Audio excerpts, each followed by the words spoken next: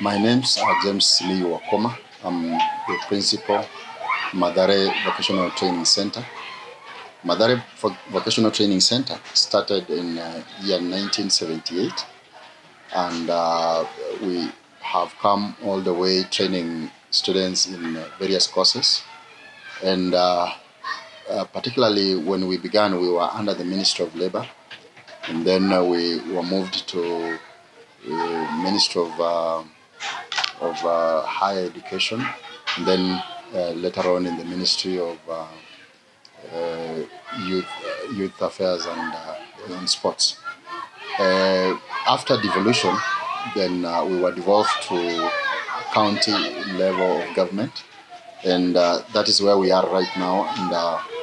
And we are continuing with courses that we were training in when we were in the national government.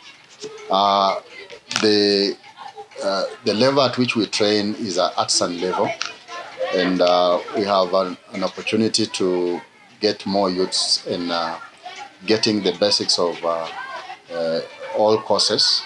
And the courses that we have here are ICT, we have foods and beverage, and then we have hairdressing and beauty therapy, we have electrical and electronics technology, we have motor vehicle technology, and then lastly, but not the least, we have building construction and technology. So in this institution, we have a population of about 350 trainees who are training in various courses. But we have the courses that look favorable to the youths. We have electrical and electronics technology that has about 30 students. And then we have motor vehicle mechanics, which has about 45 students. And then we have hairdressing that has around 38 trainees. So you'll find that other courses have not so many students, but an average of 10 students. We have a board of governors in accordance to the Act, TVET Act 2013, and we train. The courses go for two years, and then they sit for examinations. We have the curriculums that we run. We have NITA curriculum, and then we have the National Certificate of Education and Vocational Training and Education that goes for 2 years.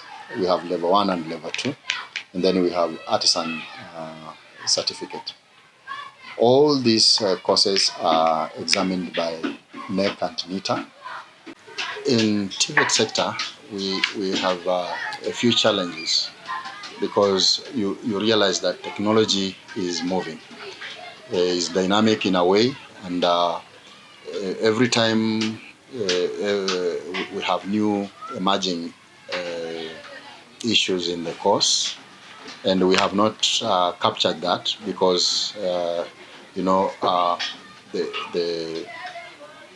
the review of curriculum takes time. So you will find that the new emerging trends in technology are not catered for in the TVET most of the time. And then we have that separation of TVET training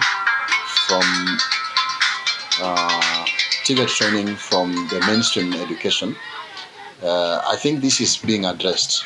However, you find that a few people will prefer going the academic way other than going to the TVET. So you'll find that we have a very poor perspective from those who should be our clients on TVET education.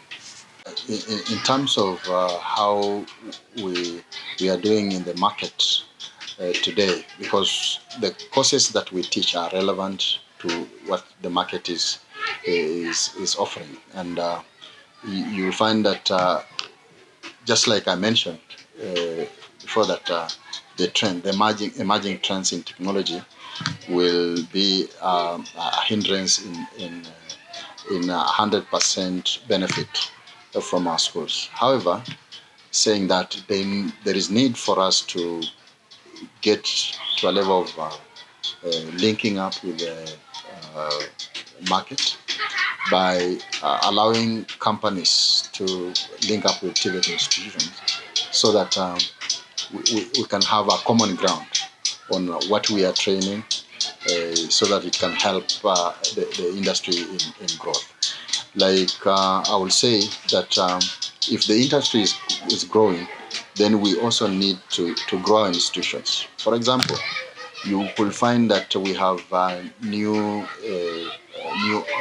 machines in the field, but those machines have not reached the TVET institutions. So you'll find that gap, if not filled, then the market will need to train afresh those graduates that come from the institution, and that will be a waste of resources. Actually, we have had a freeway in our institution, like in Mathare Vocational Training Center.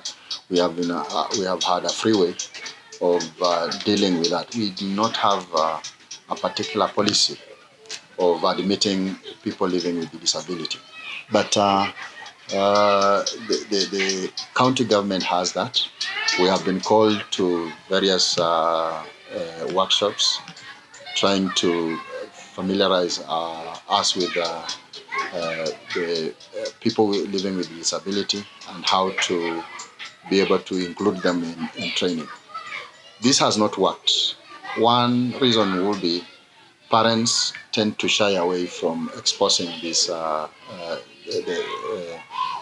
children living with disabilities. So we have put an offer that those that have people with disability could be assessed and join institutions like ours here on a subsidized fee basis, whereby if someone is admitted here with disability, we give them a chance to stay around and let the parents assess whether there is anything they are gaining in the institution. Then we can allow them now we can engage them as in admission. Another thing is that we will need to look at those that are within the institutions, like instructors and then the fellow students, to be sensitized so that they can be able to accept those that are living with disability. Because you go around the school, in a few experiences I've had, you will find that people will want to sympathize with them. But anytime you want to sympathize with a person living with disability, they feel like they are different from you, and that is where we fail. But it needs that we get sensitizing everyone in the boat, and then we can move together, knowing that these are just the same people. It's just that they have a little bit difficulty in doing some tasks. That is how it is. Just like the government has been on the forefront on empowering girl child, I will wish that someone will come up with a policy that will be meant to empower people living with disability. And anytime you mention somebody living with disability, in Kenya, people will think they need help. But this is a wrong focus. We will look at empowering them, making sure that they have what they need. Because if you have skills like a trained, skilled person living with disability, that person is already empowered and can do things on their own, can even be among those people that are inventing and innovating things that we can use around. Even in their own world, because they are the one wearing the shoes, they could invent something that will help not only them, but other people living with disability.